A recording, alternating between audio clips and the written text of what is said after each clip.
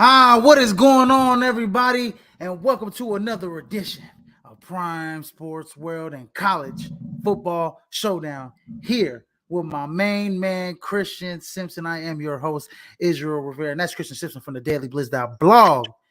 May I Man. say, I thought I'd let you see ladies me and today, gentlemen. Izzy. Oh, you gonna see? I'm gonna see Oh, Christian. Christian look like he about ready. He look like he from like Lorenz Tate out of Dead Presidents. Oh, dog. Oh no.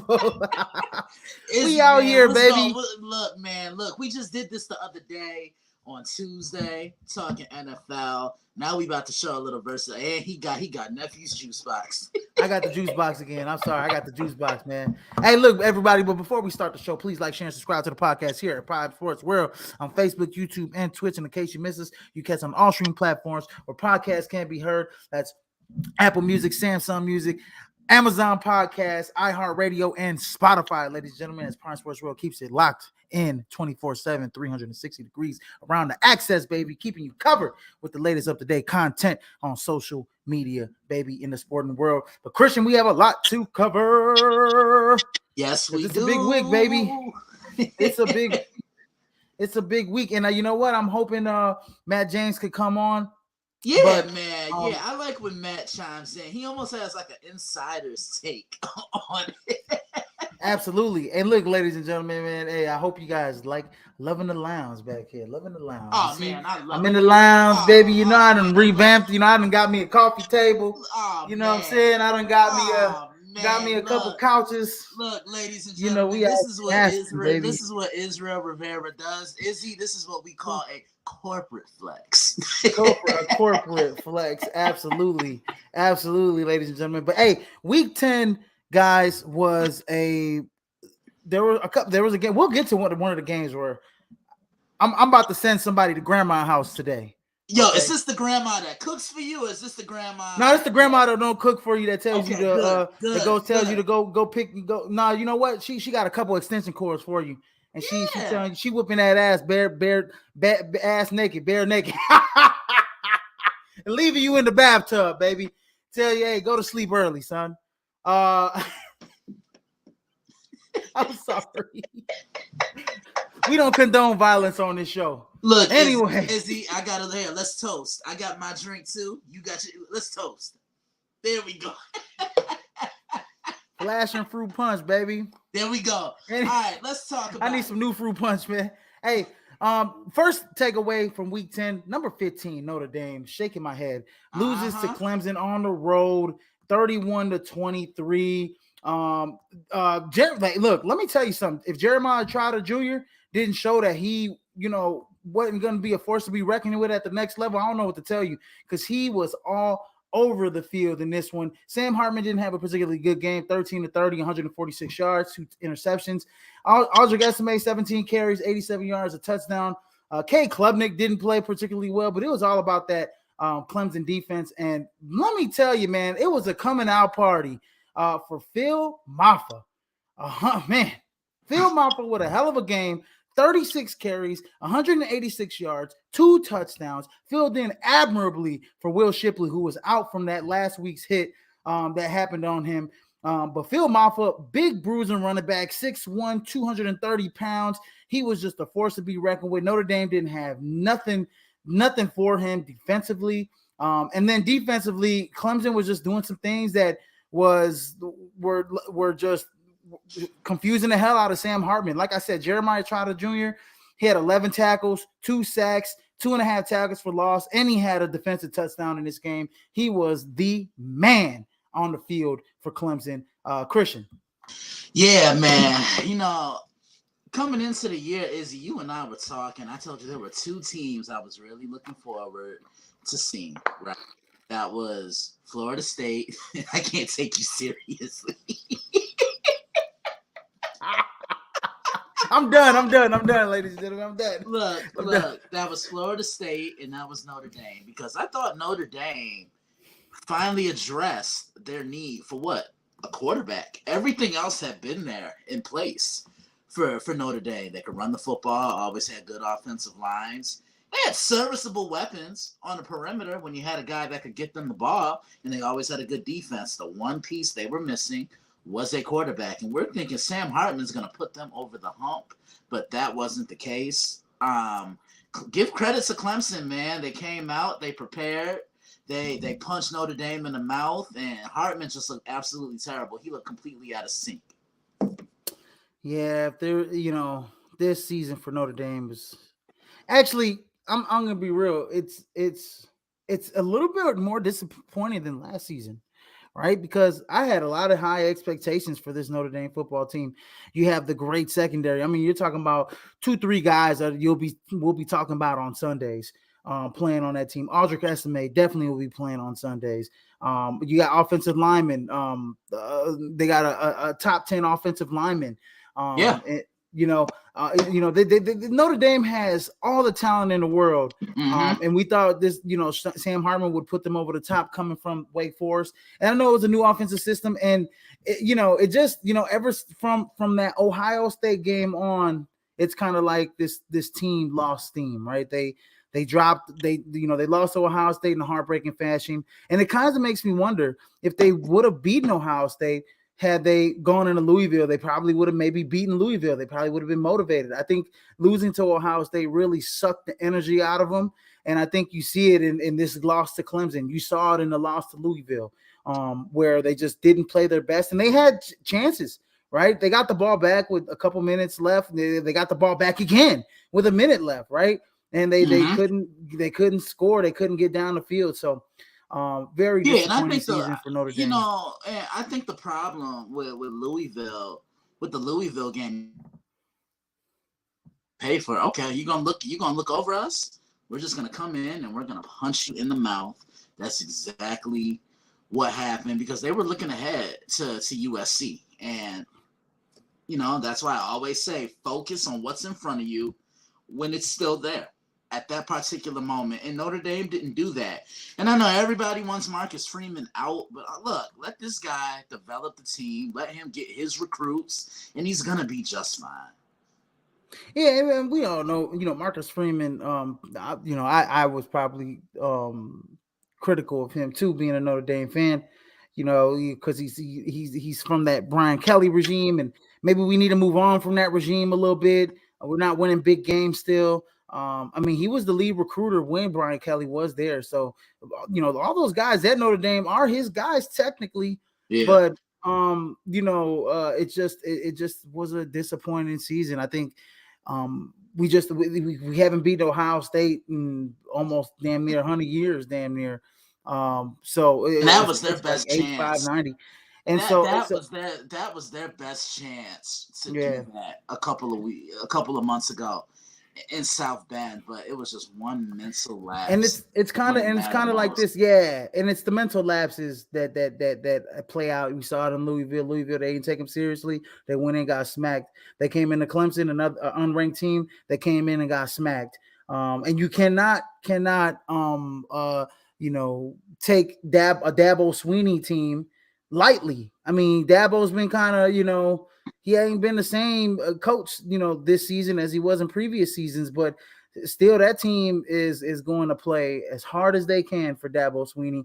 And man, like I said, man, Jeremiah Trotter was the best player on the field, on both sides, and he showed it. And I mean, what my takeaway from that is he was out there stunting like his daddy. That's all I gotta say. Listen, you just took the words right out of my mouth. You can't and not be out here acting like your pops. I tell you, look, you can't be out here doing that. Like, he was all. Oh, I think I probably heard his name in that game every third or fourth play. Izzy.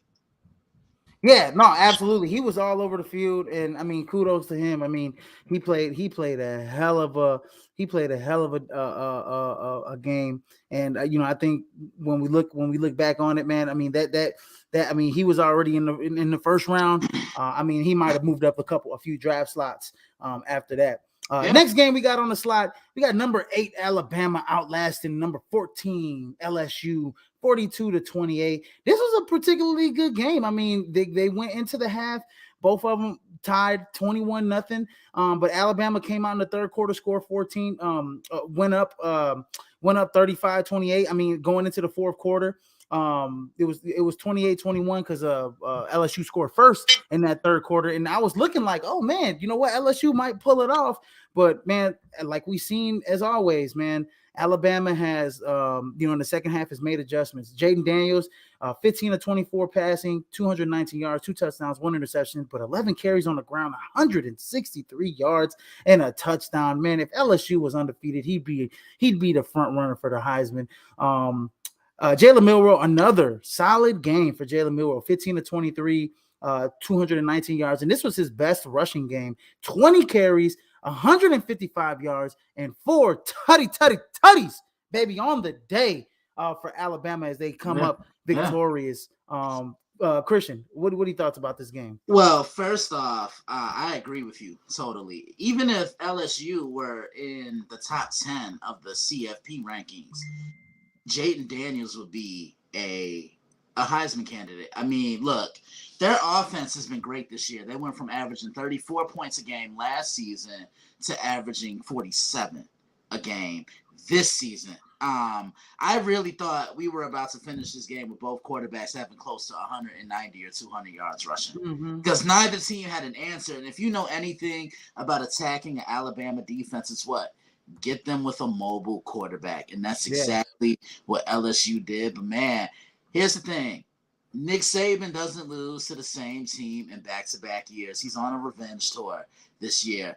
He already checked off one on the revenge tour, and that was who? Tennessee. Because you remember Tennessee got him last year. Yep. Tennessee only played the 30 minutes of football, and then Alabama adjusted at the half. I knew Alabama wasn't losing this game. They're at home.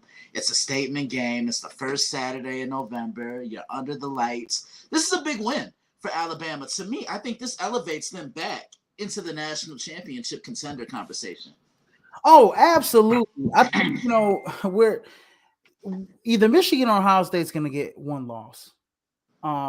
Oregon's going to have one loss. Possibly maybe two, because we don't know because USC plays them. Washington, if they go undefeated, or no, if they go undefeated, they get in. Obviously, whoever loses, Michigan and Ohio State. But when you look at all three of those teams, when you look at Ohio State, when you look at Oregon, who else is a one-loss team, Christian? Ohio, we have Oregon. Penn State. Miss is one loss, but they probably might lose to Georgia this week. So when I look at the one-loss teams, I look at it and I say, I think Alabama could beat all those one-loss teams.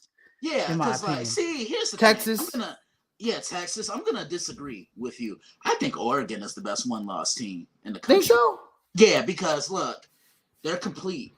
Bo Nix is the real deal. Did you see what this kid did a couple weeks ago in Salt Lake City? Yes. Like he's been nothing. He's been consistently consistent all year long. Even in the loss to Washington, he still looked good. It's not his fault his coach decided to go for it, and it's not his fault that his defense couldn't hold Michael Penix. Like, let's just be real here, because here's the scenario.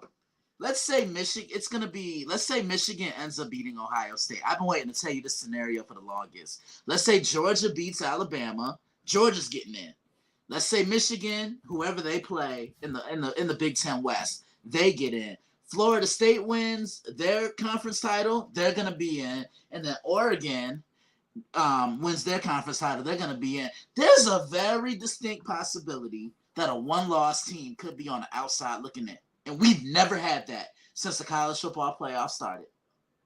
No, that is a scenario that is playing out because there's so many good one-loss teams. You're only going to have 3 undefeated teams, so the committee is going to have a very hard decision to make because you're going to have 3 undefeated teams, in my opinion, in the college football playoff, and then you're going to have that one-loss team that's probably going to be the 4 seed. And they have a tough decision to make on who that one, like looking at strength of schedule, looking at, how they lost and how many points they lost by. And I don't even know how the committee does it, but they're going to have to choose a one-loss team at the end of the year to get into as the fourth seed, and it's going to be a very. I don't want to be at that table. That's all I want to say. I don't want to be at that Yeah, table. yeah, I'm with That's a you. very hard. Yeah, You're gonna break some hearts. yeah, I'm with. Um, Look, we were talking about this on Monday Evening Quarterback the other day, and the same scenarios I just gave you.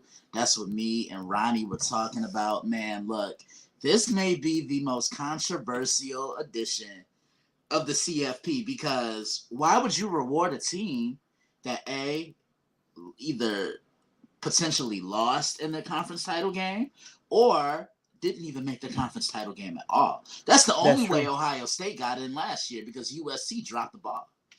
Yeah, absolutely, absolutely. So, and USC's been dropping. Speaking of, great segue into it. Number five, Washington wins a thriller in Southern California versus USC. Number 20 USC at the time, 52-42.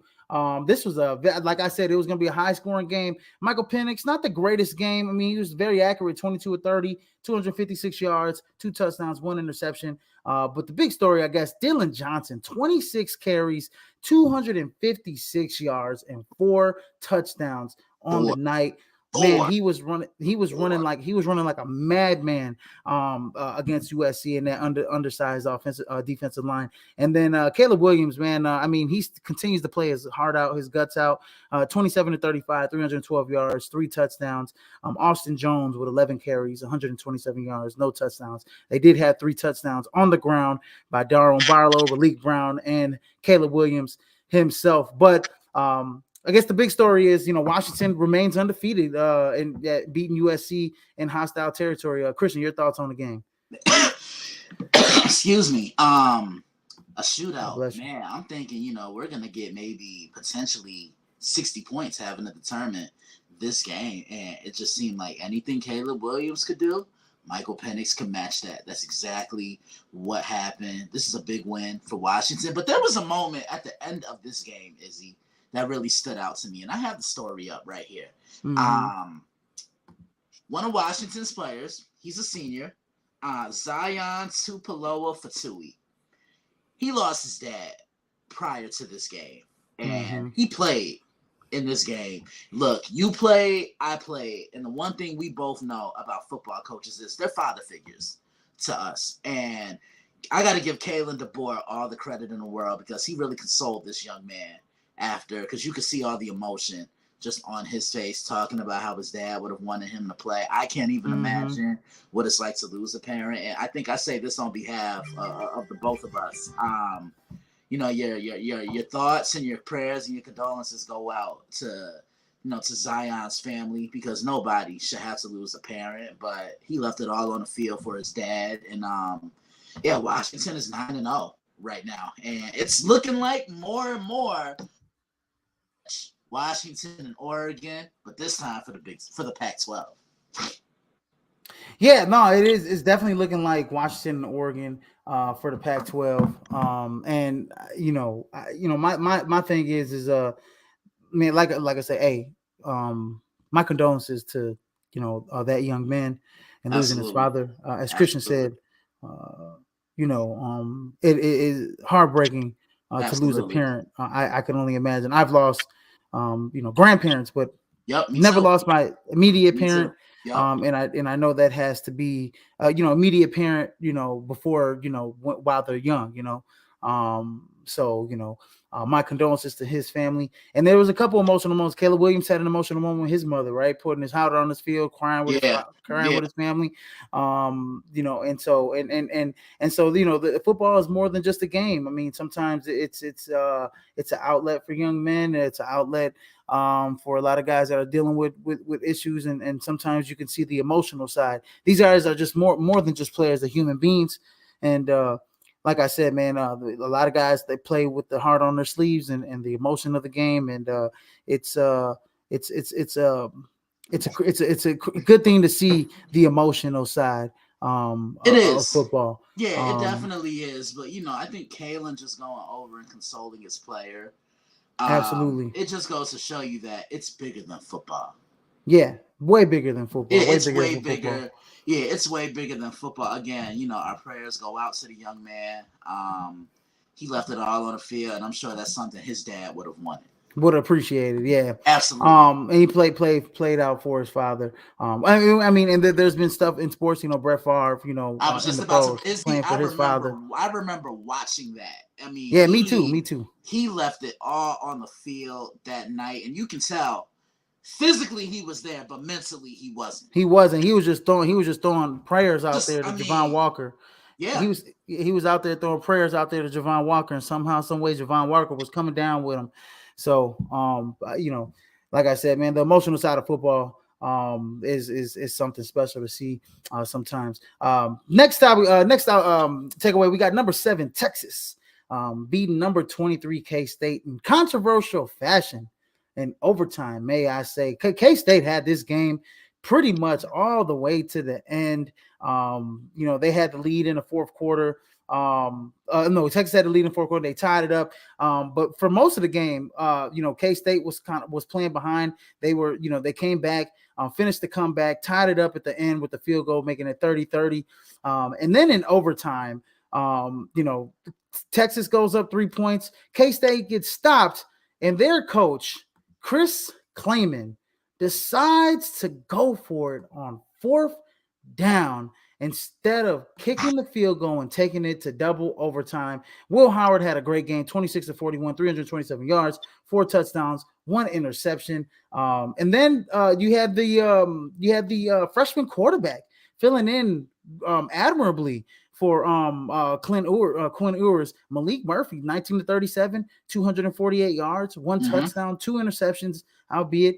Jonathan Brooks, 22 carries, 112 yards, 1 touchdown. CJ Baxter, 10 carries, 90 yards, and a touchdown. But everybody seems to be talking that the big decision on Chris Klayman to go for it on fourth down and overtime. I just don't get it. I don't understand it. Christian, give me your take on it. Number one, I'm disappointed in Texas because they were up by 20 points and they let Kansas State climb back into this game. 2, yeah. I think Quinn Ewers is more important than people really give him credit for because I think if Quinn is playing in this game, they win this game probably by 14 to 21 points. Yes. But give Kansas State a lot of credit. They're a battle-tested team, but Chris lost in this game because he was being too aggressive. You can't be too aggressive. You can't be too conservative. You got to kind of have that happy medium in the middle right there. Texas escapes again. And right now I know they need a lot to happen to even be considered a playoff team because what are they now? I know we'll go into the rankings after this, but yeah, gritty win for Texas. Malik Murphy, look, he can get you to the promised land, but Quinn Ewers is what's going to get you to the mountaintop.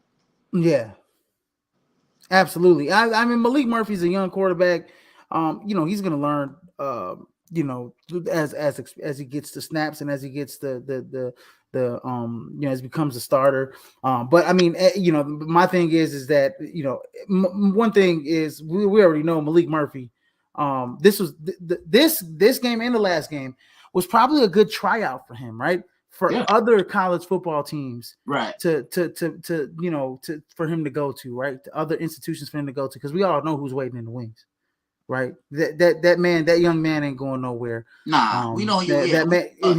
Arch Manning ain't going nowhere. He's taking the mantle from everybody, from at Texas. So Malik Murphy, filled in admirably. But he I would have loved to see him, not those 2 interceptions, but we probably won't see him in the burnt orange next year. Maybe not. But maybe who knows? But he did get the W against K-State, and but yeah, Chris Klayman, man, I got to send you to grandma's house, man. Yeah, man. Yeah, I got to send you to grandma's. You can't do that to your football team. You can't be too aggressive. You got to give them a chance. You can't just go for it when it's not needed. You don't need to go for it on fourth down. Take the points. Look, just because you got it earlier in the game on fourth down doesn't mean you're gonna get it. Again, teams do adjust.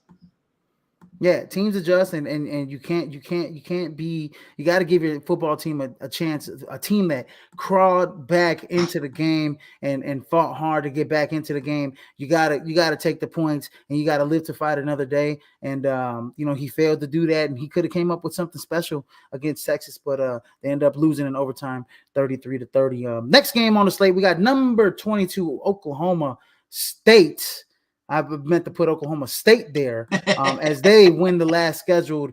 Bedlam versus number 9 Oklahoma, 27-24. Yeah, this game was, Dylan Gabriel had a, 26-37, 344 yards, a touchdown, 1 interception. Oklahoma,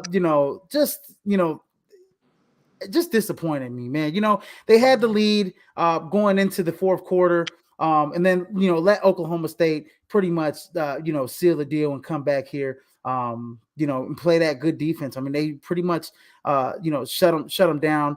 Had the lead going in the fourth quarter, 21-17. Oklahoma State goes up 27-21, and then Oklahoma kicks that field goal to make it close, but they didn't do anything else to come back into that game. Thoughts on this game? The last scheduled Bedlam, right? Yeah, kind I can't of believe sad it, moment. Yeah, this is the one thing I don't necessarily like about realignment in college sports, because it takes away from the classic rivalries. I mean, this is a rivalry that means a lot to both these schools. It's not going to be the same. Hopefully, we can still get it, but it's looking like it's not going to happen. But the Sooners just choked this game away. And they weren't as strong defensively as I thought they were. They still have a lot of work to do, even under Brett Venables, who I think is the best defensive mind in the country. I mean, you saw what he did with Clemson all those years, and you were thinking he could leave his mark on Oklahoma. But remember, this is just his second year starting, second year as a head coach. So it's going to take time for him to really develop this team into where he wants it. This is a big win for Oklahoma State, and it's looking like they're going to potentially be in the Big 12 title game, Izzy. Yeah, no, absolutely. And you know what? I'm going to say this, man, about Oklahoma. And I'm glad you brought that point up, because 2 years, it's the second year. But I think by next year, man, you'll really start to see Oklahoma. But that difference maker, man. I think the defense played admirably and played great this season. He's already improved that side of the ball as he starts to get more and more of his recruits coming in through the doors. I think Oklahoma is going to be a power again in the CFP year after year after year under Brent Venables. And then on the other side, man, Oklahoma State. I mentioned this young man last week. Ali Gordon, man. He is. I knew it was coming. Yeah, he is. He's the true sophomore. He is showing that he is he is a force to be reckoned with. I think he's got one more year college eligibility, but this kid, he's one of the best running backs in the nation. He showed his stuff, especially in this game. 33 carries, 138 yards, 2 touchdowns on the game. He has been absolutely flat out sensational this season. He's a big back, and I think he'll be one of the top backs picked in next year's NFL, not this year's NFL draft, but next year's NFL draft. Ali Gordon will be at least in the top 2 or 3 rounds in the NFL draft when it's all said and done. Maybe a first rounder next year when it's all said and done. But I think Oklahoma State has something. I think next year they'll be there in the top 15 to start the year. I think Oklahoma State will be a force to be reckoned with next year. They'll potentially be a contender for the CFP, in my opinion, next season. So that was week 10, ladies and gentlemen. Moving on to the top 25 of the CFP for week 11 here. At number 1, the top 4, we got Ohio State at 1, 2 at Georgia, number 2 Georgia, 3 Michigan, and rounding out the top 4 is Florida State. Right there, as they have a big game going out. All 3 of those teams have big games. Georgia versus Ole Miss, Michigan at Penn State, and Florida State versus Miami. So Ohio State's the only one with the gimme here against Michigan State. And then on the outside looking in, we got Washington, Oregon, and Texas. And then those 3 one-loss teams: Oregon, Texas, Alabama, 6, 7, and 8. And then we'll include Ole Miss and Penn State as well, 9 and 10, all one-loss teams. Also, absolutely. And then we'll talk about Louisville, but I don't think Louisville's, going to sneak in anywhere near the CFP. But they're a one-loss team as well at number 11. And then at number 12, we got Oregon State coming off their win against Colorado. Number 13, we got Tennessee, and then number 14, Missouri, losing to Georgia this past week. And then number 15, Oklahoma State. We just talked about them as they beat Oklahoma. They move up to 15. At number 16, Kansas. 17, Oklahoma. Number 18, Utah. Moving down 5 slots is LSU to number 19, and then moving down another 5 slots is Notre Dame down to number 20. And then moving into the rankings, we got a couple new players. Well, Iowa's been in the top 25 at number 22, but number 21, Arizona. I talked well about this team. I will say this about Arizona. They are a couple possessions away. And they lost a close one to Mississippi State in overtime. They did. They lost a close one they lost a one possession game to Washington, right? And they lost a close one to USC. Mm-hmm. And I think in all one possession games, and both of those games, in 2 or 3 out of 3 of those games, they're overtime. Arizona is a couple possessions away from being undefeated. I agree. Okay? Undefeated. This team plays great, some amazing football. I'm very impressed with what Arizona has been able to do, this season in the Pac-12. Fafita has played excellent at quarterback. He's 1,500 yards, 14 touchdowns, 4 interceptions as a true freshman. And they have just been a force defensively as well. They've been, really good on defensive side of the football. And Arizona's playing really good football this season. And then at number 22, we got Iowa. Number 23, we got Tulane moving up a slot. And then coming back in the top 25, we got number 24, North Carolina. And then moving all the way down to number 25 is K-State after their loss to Texas here. And now we got our Week 11 games to watch here on the slate. First game we got number 18, Utah, going into number 5, Washington on the season. This game might be a little different if Cam Rising was playing, but he is not. And so we have, the Utah Utes going into Washington. Your thoughts on this game? Yeah, I like Washington in this one. I think the game would be a hell of a lot more intriguing if Cam Rising were playing, but I need to see Washington's kind of tighten some things up. Yes, they've improved on the defensive side, but they're not great. They get away with a lot, and they're able to get off the field at certain times. I think Penix is going to have another solid day at the office. If Bo Nix could cut through that defense, what makes you think Michael Penix can't do it? Excuse me. I definitely like Washington in this one. I think they win convincingly. Yeah, I do agree with you. I think Washington, of late, last couple of weeks, they've been kind of letting teams creep back in. So I think this time against Utah, I think they got a team that is kind of reeling a little bit when it comes to offense. Defensively, we already know what they're going to get, what you're going to get out of them. But give me Washington. I think Michael Penix Jr. Kind of caps off, his season. Well, not caps it off. He's still got a couple more games, 3 or 4 more games to play. But I think this is one of his, a big test against a good defense. I think he plays really well. I got Washington as the winner as well in this game.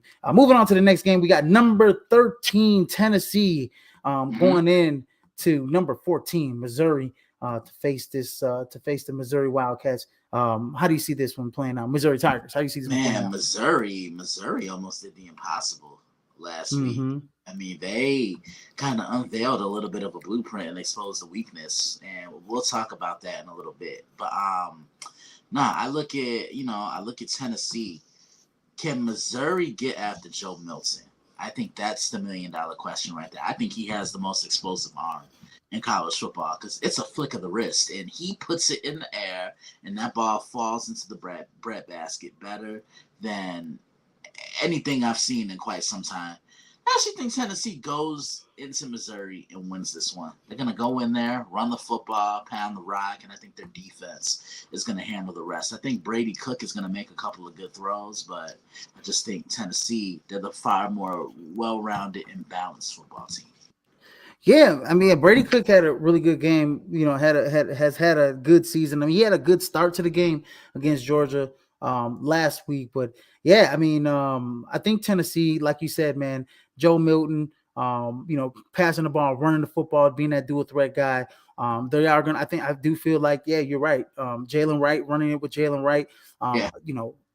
and those and company, those guys are going to get after it. I think they go into Missouri and definitely pull out the win. I believe Tennessee is a -2.5 point favorite in this game. I can see that being a close game. So give me Tennessee to win that football game as well. Next game we got on the slate, we got Miami going into Tallahassee, Florida, to play their rival number 4 Florida State. This is Miami's biggest game of the season. This is probably Florida State's biggest game of the season, as both teams have a lot and with a playoff berth in sight. Because I mean, this is going to be a really big test for Florida State as Miami comes into this game. How do you see this one playing out? Florida State just has too much across the board. Mario Cristobal, yeah, he's going to have his men ready to play. I'm ready to see this Miami defensive line, which has been amongst the best in the country this year, how they prepare and try to get after Jordan Travis. But I just don't think Miami has the secondary to keep up with both Johnny Wilson and Keon Coleman. I just think that's going to be too much. Florida State wins this game. And this is an important game between these two teams. Like, bragging rights are on the line here. Miami doesn't like Florida State, and Florida State does not like Miami. This is a true rivalry game. I like the Seminoles here, Izzy. Yeah, and last year this was a close game, right? Miami had Florida State beat last year, and Jordan Travis, led an 80-yard touchdown drive in the last 2 minutes to beat Miami 31-28 at Doak Campbell Stadium. So this one is, this is been circled on Mario Cristobal and the Miami Hurricanes calendar for pretty much since that moment last season.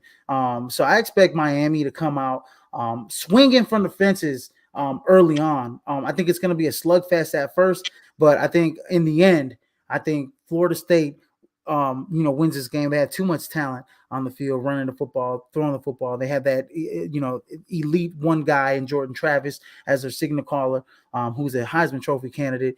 And, honestly, I'm going to say this.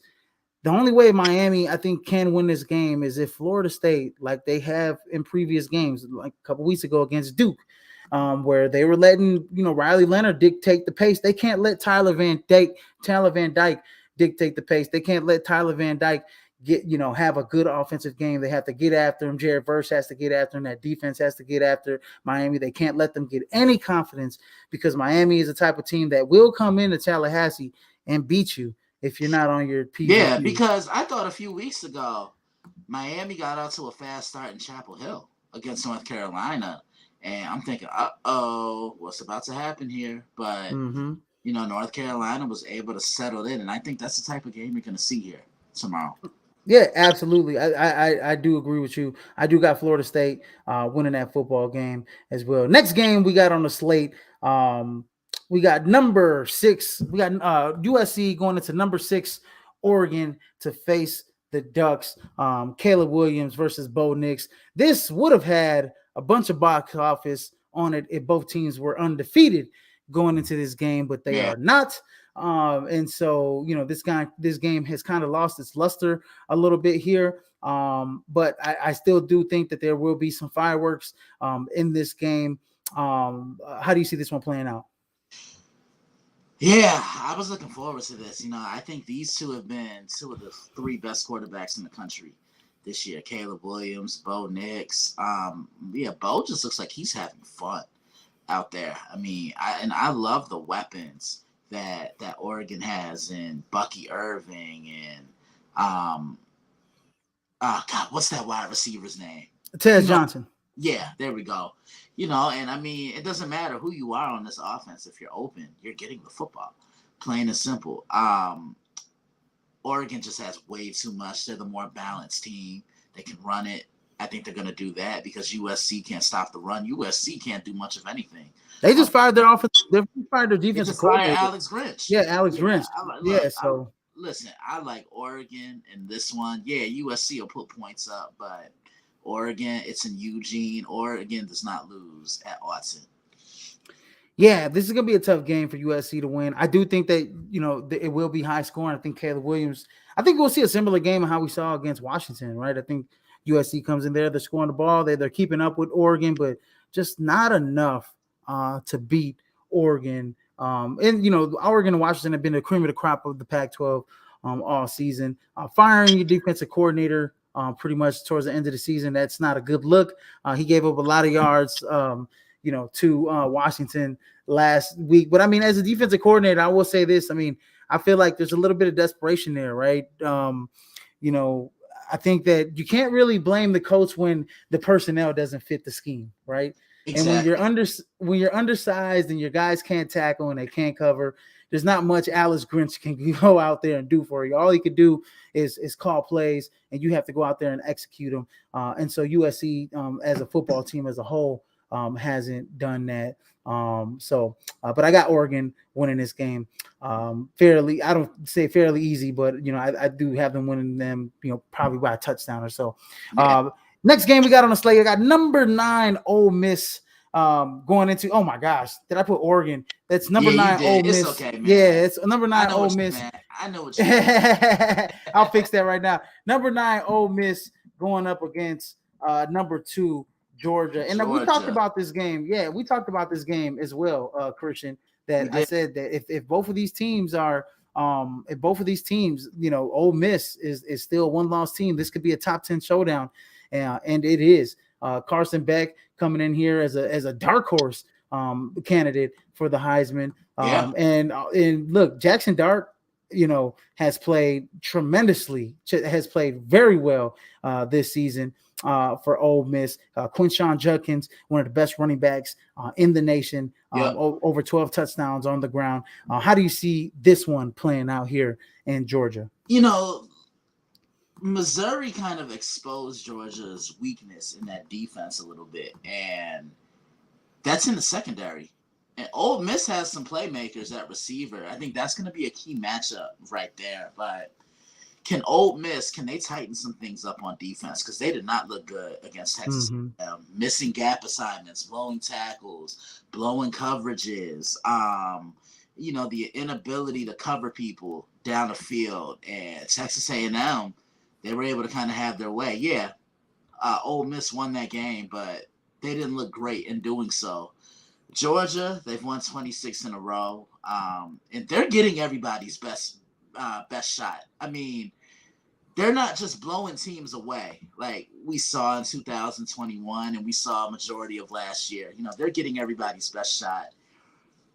I like Georgia in this one. I just think Georgia, to me, is they're starting to ramp it up when it matters most.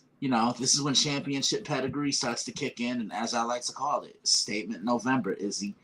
This is when those teams trying to make a run, they really start to put on their best performances, because really things don't really matter like that in September and October. This is why I call it statement November.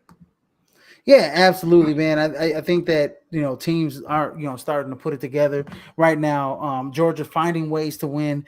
They're down. Brock Byers was a big hit, and yeah, I think Missouri was able to run the football. They were able to expose the secondary over the top, and I think one of the best throwers that we're not talking about this season a lot is Jackson Dart. I mean, he has been he does really good this season. Yeah. I've seen Jackson Dart make throw after throw after throw, this season, big time throw after big time throw after big time throw. I know they did lose to Alabama by 2 touchdowns early on in the season, but ever since then, they have reeled off 5 straight in a row, including the win against number 13 at the time, LSU, 55-49. He made big time throws against Arkansas. He made big time throws early in the season against number 24 Tulane. He made big time throws against Auburn, on the road in the Iron Bowl, in Auburn, big time throws against Texas A&M, which is a tougher opponent than what people think they are, according to the record.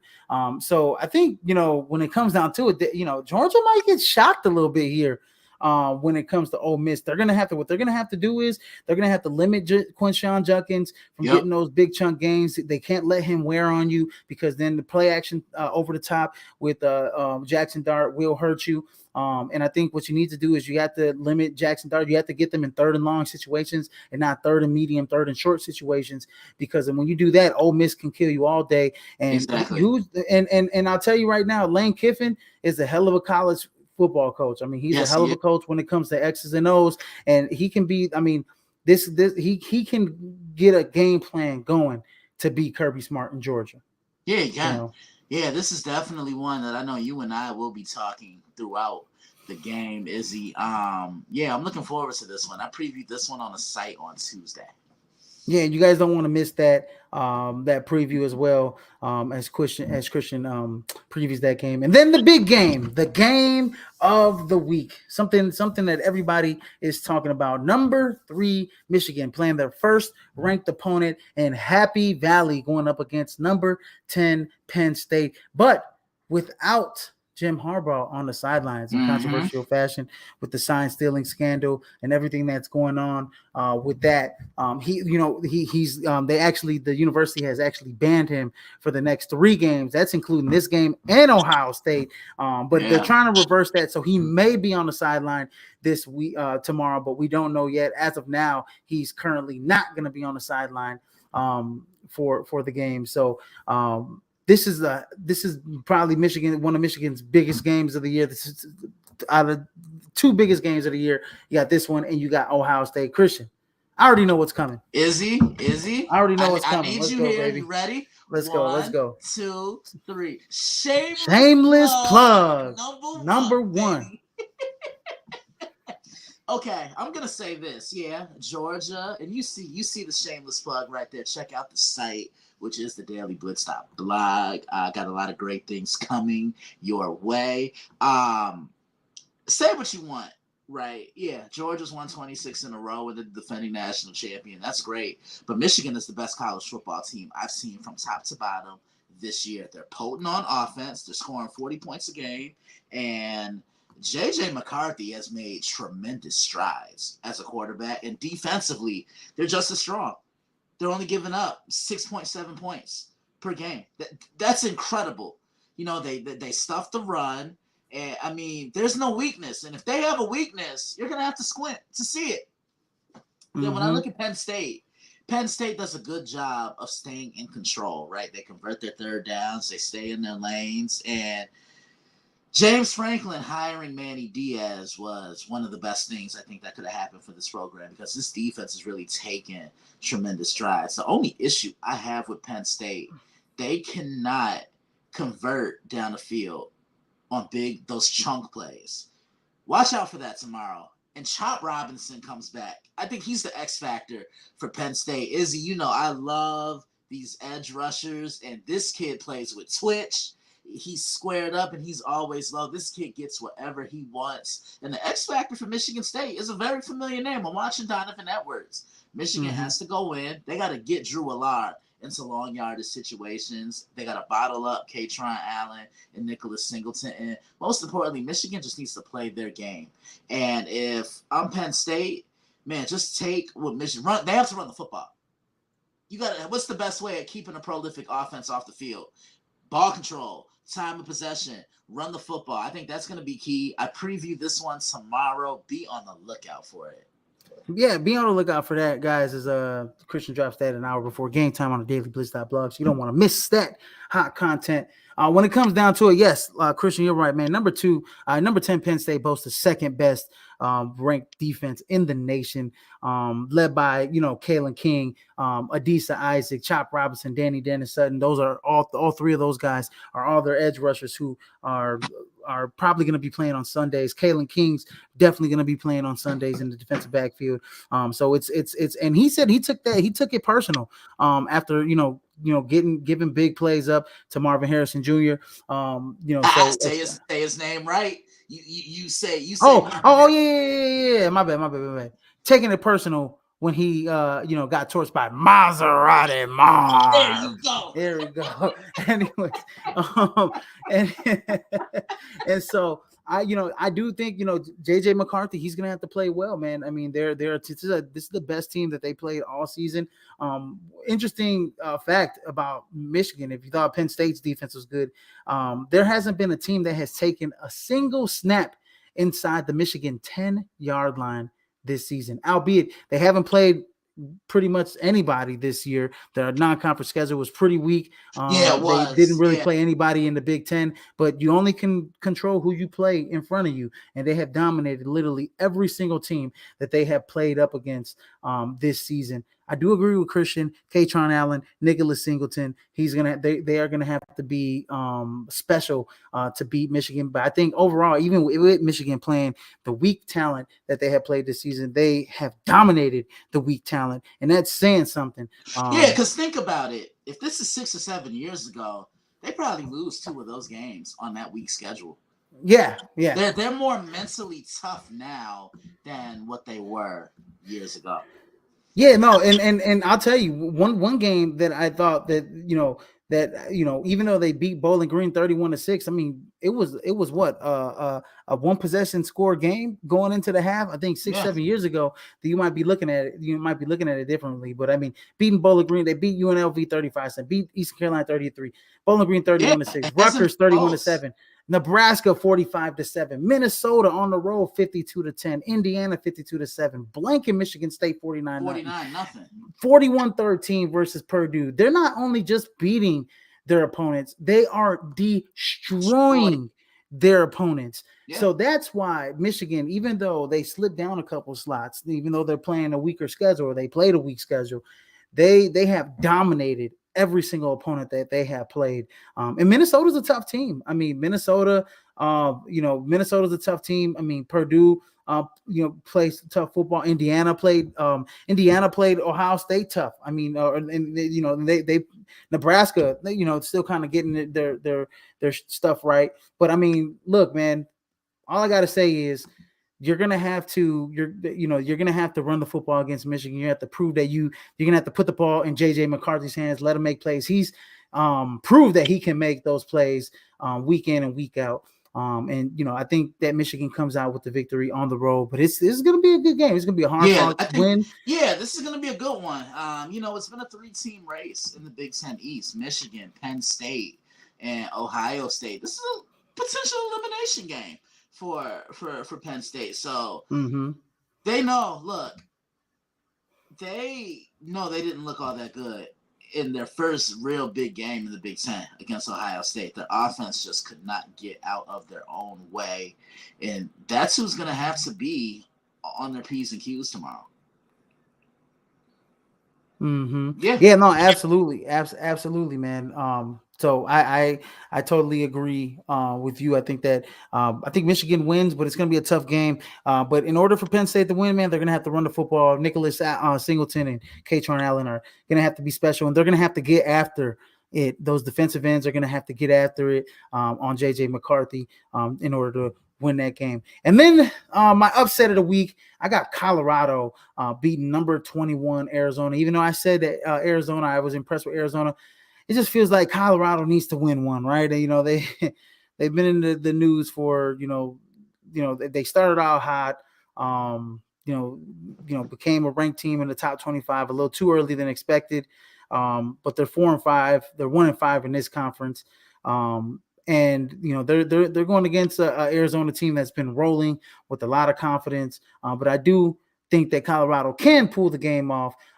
If Colorado does win, they will be bowl eligible in this game. So that would be a big thing for Dion in his first year. If they can win against Arizona. Arizona is bowl eligible already. So we will see. But Christian, how do you see this game playing out? I know that Colorado has Deion Sanders, has been getting a lot of pushback, also, has been getting a lot of haterism and a lot of flack this season, especially in the beginning of the season, right? How he let go a lot of the Colorado players. And he's actually going against one of the Colorado players that used to play for Colorado, and Taylor Upshaw, who's a defensive end, who said he had this game pretty much saved on his calendar to play against Colorado. He took it personal. Oh, he took it personal. Yeah, he Oh, took it personal. definitely took it personal.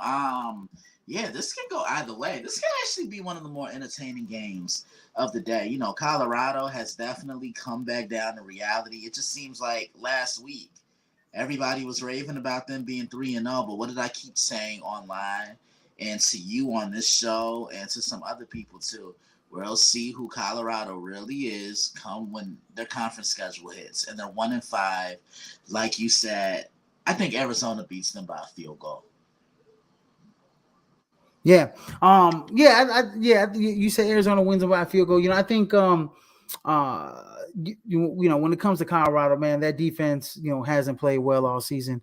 They're gonna have to outscore Arizona. And man, look, hey, Jeff Fish has done a tremendous job with the Arizona Wildcats this season. Didn't start off well. He's been their coach since coach for 3 years. Finally got them both eligible for since 2017. For the first time since 2017. He's a long-time NFL assistant coach, and Jeff Fish is a guy that has his team believe in playing great defense, playing really efficient offense. But I am I think that Colorado is going to come out at home, and I think they're going to play a little bit a little motivational, right? A little bit of motivation because they've been dropping games left and right here. They want to get off the schneid, and I think they play with some motivation. I think Dion gets his guys ready to play Arizona and pull off the upset down there in Colorado. Mm-hmm. So that is my upset of the week, ladies and gentlemen. So go ahead and book that. I can also see Ole Miss possibly beating Georgia and maybe even Miami possibly. I think those games will be close enough. So kind of keep those on the slate as well for you guys. And then our week 11 Heisman rankings, same rankings pretty much. I lowered down my dark horse list because I just don't think that Dylan Gabriel or there should be any other dark cases besides Carson Beck and Jane Danes. We got Michael Penix Jr., Jordan Travis, Maserati Marv there at number 3. And then at number 4, we got JJ McCarthy. And then round out the top 5 is Bo Nix. I honestly think Bo Nix probably should be a little higher on my rank. It's probably number 3. But that's just me right there. I got him in the top 5. I think he'll be invited to New York for the Heisman ceremony. And then my dark horse is obviously Carson Beck, who's been playing really well for Georgia, and Jaden Daniels, who's been playing fantastic, having a record-setting year for LSU, leading the nation in total offense at the quarterback position.